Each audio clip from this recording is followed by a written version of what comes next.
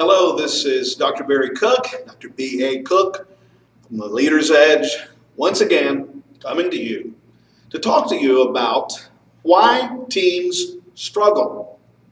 I want to talk through some of the common reasons why teams struggle. And let me say in the outset that teams, regardless of how good they are, regardless of how good the people are, regardless of how long they've been doing it, regardless of how skilled they are going to have struggles. Matter of fact, many people are so disillusioned by the fact that they got some people together and had difficulties that the leaders themselves want to quit. Now, I personally believe that's because the leaders were put into place without proper coaching and support themselves. You often hear me say that the problem starts in the recruiting. Well, that goes for the leader that's going to facilitate the team as well. Whoever's recruiting them for that project must himself have some type of coaching in order to get through the project. Even a person that's in charge of the company, the corporation, the pastor of the church, the leader of the department, whatever the case may be, needs an upline support coach of some type.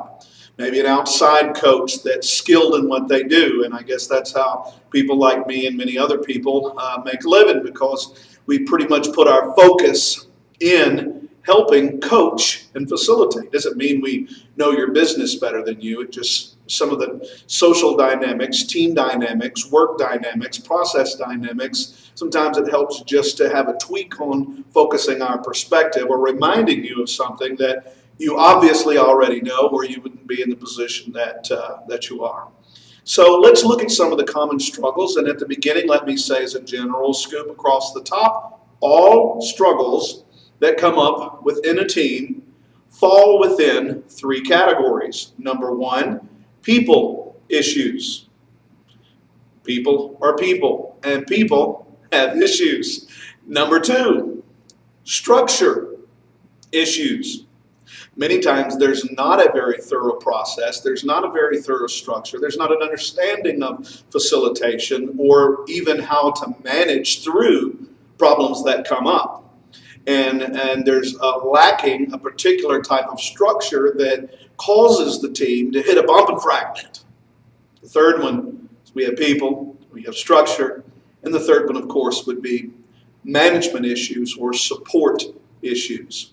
Whoever the support team, the support group, the management, the manager, the leader that is helping to facilitate that team to its goal. Because, you know, this is a whole nother teaching on itself, but it's the issue of delegation, which most people's idea of delegation is throw the piece of paper to someone and tell them to get on it. Well, if they're good, they'll do everything right. That's not management. That's not leadership. Management is basically managing the system that has been put in place, the people, the resources, the time, you know, the factors, the project. Leadership is predominantly providing the vision and overseeing the management. Many times people say, well, I'm the leader, I'm a visionary, I don't have anything to do with the management. You might not be as skilled as your manager, but as a leader, you must be able to keep up with what the manager's responsibilities are and help remind them of the overall vision. It's so easy to get bogged down in some of the day-to-day struggles that we have. But before we run out of time on this one, let us go over some of the basic struggles that we have. You'll recognize some of them. Not all of them I'll comment on, but I want to get them out. And in the next few videos in this series, we will deal more with how to specifically manage and overcome in these three areas: people issues, structure issues, management issues, or support issues. So the first thing that we look at is in struggles that we have as a team is basically team members skirting their responsibility or not pulling their own weight. Very common factor. There's reasons that happens. They fall within those three categories somewhere. The second one is conflicts of personalities. Clashes among team members. Another one, very common. Not that it's a devil in the middle of it, but that it's a very common factor. You get personalities, you get giftings, you get skills sets, you get people's good days, bad days, personal struggles, and different ideologies mixed up into one. Someone has to be able to pre-think through a facilitation process that helps lead people through those struggles and feel good about their individuality, but yet their contribution to accomplishing the whole. Sometimes individuality, which we'll look at later, can actually hinder it. But just as bad, so can someone who loses their individuality and isn't able to keep their thing in the middle of it. Very fine line. Takes a skilled leader. Everything rises and falls on leadership.